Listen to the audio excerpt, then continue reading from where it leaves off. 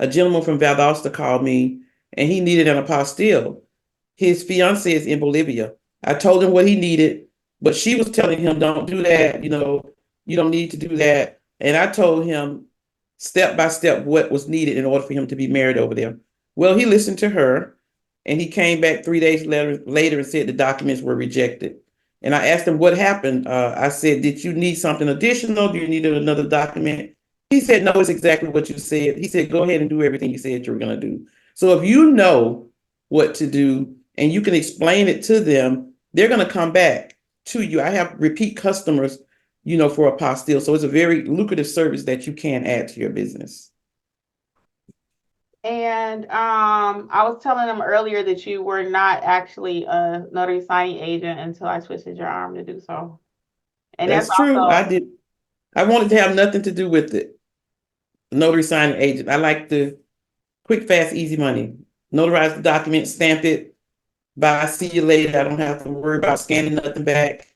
So Kim twisted my arm, because I already knew how to do loan documents because I had worked for attorney's office for years. And I'm like, I don't want to do that. So Kim did persuade me to do it.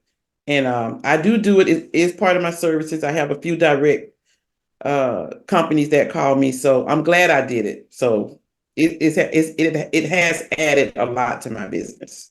which is another stream of income. So you're just got your general notary, then you have your notary signing agent. So that's an additional stream because all notaries do not do mortgage documents.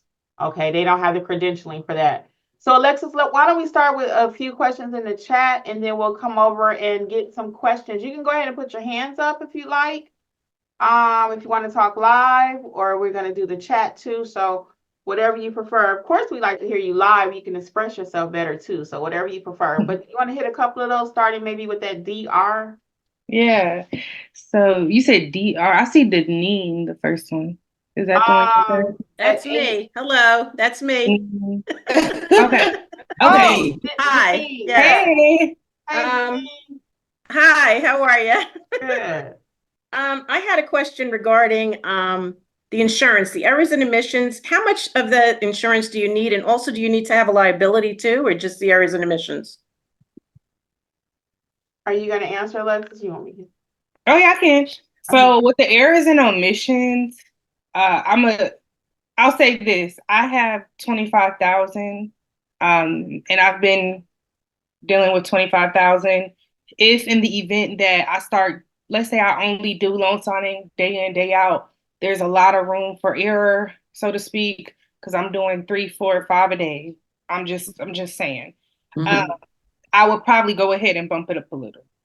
Okay. But me personally, for what I do, I feel comfortable having 25,000 worth of insurance for what I'm handling now, if that makes sense. But they offer all different, 25, I think 50, 100,000. I even seen a policy for $1 million. Mm-hmm. Okay. So I'll kind of save that if they want to add anything. And what about the liability? Do you need liability on top of that, or just the errors and omissions? You don't necessarily need liability, but you are a business owner, so to speak. So whatever additional policies you want to add, if you're going into somebody's home or whatever the liability policy will cover, if you feel that it would be necessary for your business, then I would suggest it. I personally don't have it. I'll say that. Okay. So I have another question. Oh, let's add a little clarity too with that errors and omission insurance. Errors and omission insurance covers you in general notary work. Mm-hmm. It covers you when you are acting as a notary signing agent dealing with mortgage documents, right? Anytime you're stamping, every time you're stamping, okay? Mm-hmm. What it does not cover is if you missed your FedEx deadline. It does not cover if your documents get wet and you miss the deadline. It doesn't cover if you step on the cat's tail or if you run into their mailbox, okay? Okay.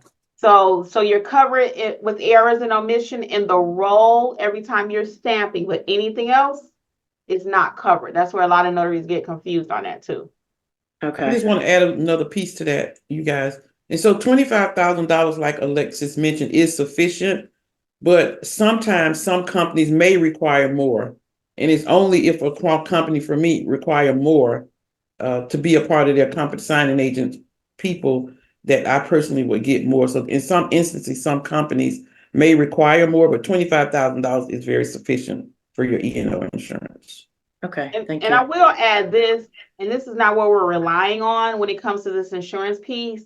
The signing companies also have insurance. So they're not just sending you out there blindly, Miss Denise with $1 million house thinking that you're going to be able to cover that if something go wrong. You understand what I mean? So you still want to have your own insurance, but believe it, they have their insurance too. But that's again why we need proper training, because we're not relying on your insurance. We're not relying on their insurance. We're relying on knowledge and making sure we know how to execute those documents. So if I have insurance or not, I still need to know how to notarize. I forget I have insurance because I'm not relying on that. Some people say, some people do say I have a car, something happened, it's insured. I don't feel like that even about my car. I'm a little old fashioned. I work hard and I ain't trying to give it to State Farm. Okay. So that being the case, we don't just say I got insurance, so I just go out there willy-nilly stamping documents. We still want you to know what to do. Right. Okay. And just like your car insurance, you don't want high policies because you messing up. Right. You have wrecks, have a car wreck. What happens the next time, you renew, your policy is going to be way high. It's the same thing with any insurance. Okay. Okay. I have another question regarding loan signing. I've been thinking about doing that. I don't have the training for it yet, but I wanted to know, I'm in South Carolina and that's an attorney state. I know Georgia's an attorney state too, correct? Do you get loan signings from signing? How do you handle that with a signing agency if you're an attorney state? And will you get enough signings if you're an attorney state? Those are the questions I have about that. Yeah, so I'll keep it short, and then if they want to add, they can add. But basically, with an attorney state, I'll just keep it simple to not confuse you. Attorney does have to be involved with certain signings. The rest of let's say, there are multiple signings. An attorney has to be a part of very few of them out of all of the types that there are. Okay, so that leaves us room to do the ones where an attorney isn't necessarily attached. But there is one that we might assist with where an attorney will be attached to it, and we're just assisting the attorney essentially. So we'll still be there and we're still needed, and we'll be with the attorney and the client, and we'll still carry out a signing as needed. We're still a part of the transaction though. And we'll bring the documents, notarize them, we'll still do the same thing. So it's still a lot of room for you to get assignments. So is it like just the purchase piece is the attorney and then like home equity is not, something like that? So certain types. Certain types, okay, all right. For example, so to your point, and home equity would be one where an attorney may be involved, or a refi, because that property can be taken. So in our state, they are waiving their rights to an attorney. So some states, if you don't pay your mortgage, you can stay there for 6 years. But not in our state, not South Carolina, not Georgia. If you don't pay, the next day they could technically put you out. So it's a whole lot involved with that piece.